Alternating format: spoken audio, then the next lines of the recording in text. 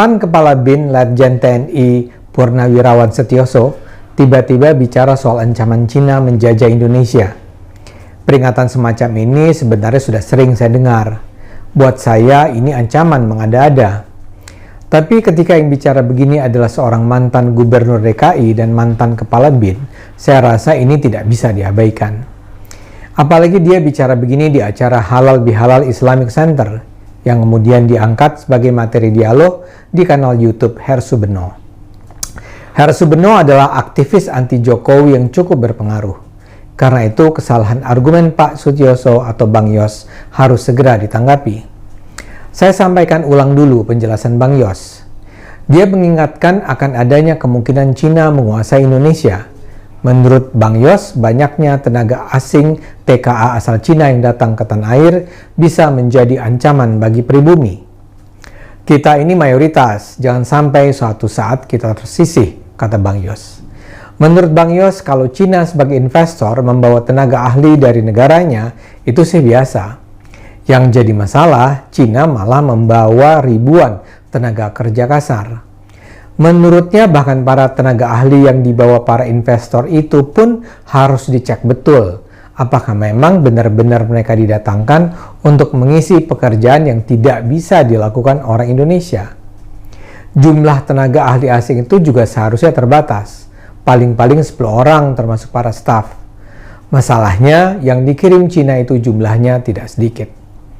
Setelah itu Bang Yos mulai menakut-nakuti kita bahwa kehadiran para pekerja Cina akan menjadi bibit penjajahan Cina atas Indonesia.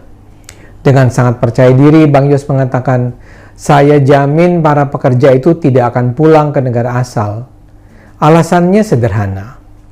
Para pekerja Cina akan jauh lebih senang menetap di Indonesia karena hidupnya terjamin. Di Cina lapangan kerja sudah semakin sempit dan persaingannya sangat terbatas. Di Cina mereka hanya boleh punya 1-2 anak. Di sini hidup jauh lebih mudah, mereka sudah punya kepastian kerja, sehingga nanti begitu proyek selesai, mereka akan bertahan di sini dan minta keluarga negara Indonesia. Mereka akan boyong keluarga mereka ke sini, sementara yang lajang akan menikah di sini. Dan ini bisa terjadi karena penjajahan Cina ini didukung oleh pemerintah Cina. Menurut Bang Yos, pemerintah Cina sekarang kesulitan menata 1,4 miliar penduduknya. Karena itu, daripada susah-susah menyediakan lapangan kerja di sana, mendingan pemerintah mereka mengirimkan warga untuk pindah ke negara-negara lain, termasuk Indonesia. Ekspor orang, kata Bang Yos. Melalui proses itu, imigran Cina itu akan secara perlahan menguasai Indonesia. Para imigran Cina akan terus mengalir, menetap di sini dan beranak sebanyak-banyaknya. Bang Yos kemudian memberi contoh tentang negara lain yang dikuasai Cina. Dia memberi contoh negara tetangga, Singapura. Menurutnya, dulu Singapura dikuasai Melayu. Mayoritas penduduknya Melayu. Presiden pertama Singapura beretnis Melayu. Tapi kini kondisinya berubah. Mayoritas penduduk Cina dan kepala pemerintahannya selalu Cina.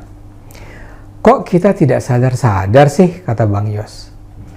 Dalam wawancara dengan Hersu, ia memang berusaha membedakan TKA Cina dengan warga Tionghoa yang sudah berada di Indonesia sejak lama.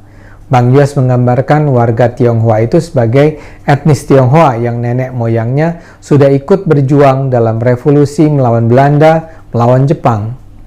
Itu sih nggak jadi masalah, karena memang sudah menyatu sebagai WNI, katanya.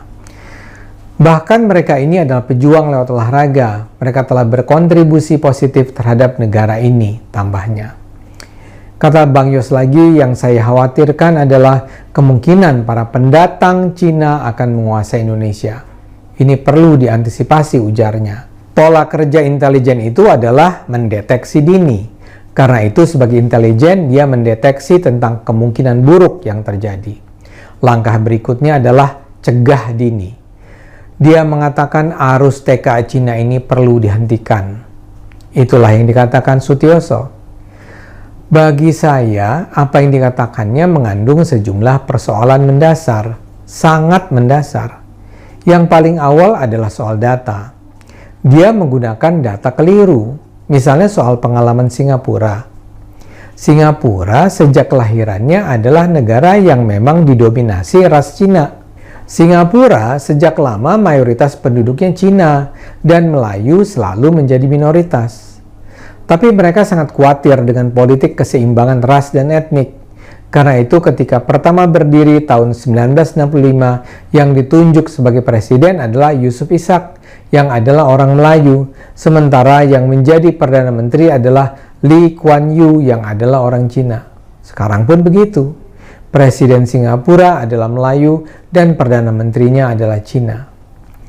Jadi argumen Bang Yos tentang Singapura sebagai negara yang semula dulu dikuasai Melayu, tapi kemudian kondisi menjadi berbalik dikuasai Cina, sama sekali tidak bisa diterima. Saat ini komposisi demografis penduduk Singapura adalah 75% Cina, 13% Melayu, 9% India, dan 3% lainnya.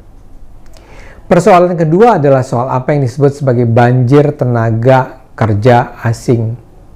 Memang benar, investor Cina meminta agar mereka diberi keleluasaan membawa tenaga kerja kasar dari Cina. Tapi ini bukan tanpa alasan.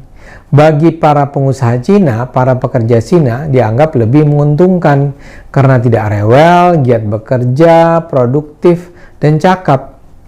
Karena itu untuk proyek-proyek berjangka waktu terbatas, perusahaan-perusahaan itu lebih senang membawa para pekerja mereka. Target penyelesaian mereka tercapai, sementara kualitas kerjanya bisa diandalkan. Namun yang lebih penting adalah bahwa begitu kontrak kerja selesai, ya mereka harus pulang. Mungkin ada yang sembunyi-sembunyi bertahan, namun jumlahnya sangat sedikit. Para pengusaha itu sendiri tidak akan mau ambil risiko bermain-main dengan tidak mengembalikan tenaga kerja ke Cina.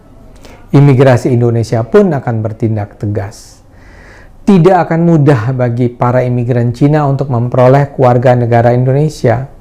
Jadi membayangkan bahwa para pekerja yang menetap di Indonesia dengan visa kerja akan bisa bertahan dan beranak pinak dan kemudian menguasai Indonesia adalah absurd.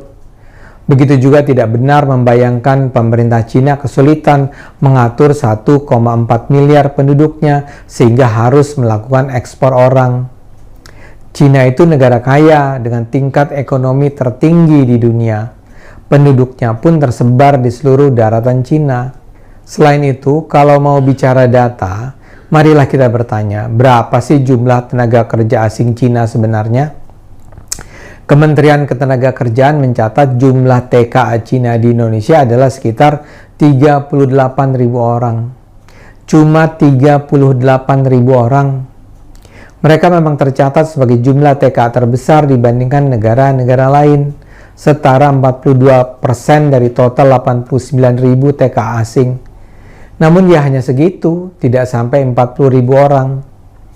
Memang ada TKA ilegal yang tidak pasti jumlahnya berapa. Taruhlah kita naikkan jadi 100%. Ya jumlah TKA legal dan ilegal Cina adalah 80.000. 80.000. Jadi bagaimana mungkin kita bisa membayangkan mereka satu saat nanti mengalahkan jumlah penduduk Indonesia yang lebih dari 200 juta. Bang Yos tentu layak untuk mengutarakan kekhawatirannya. Tapi kalau tidak dilandasi data dan argumen yang kuat, pandangan semacam ini justru bisa berbahaya. Cina itu bukan ancaman. Cina adalah negara besar yang justru harus dimanfaatkan sebagai mitra ekonomi yang bisa memperkuat Indonesia. Ayo gunakan akal sehat, karena hanya kalau kita gunakan akal sehat, negara ini akan selamat.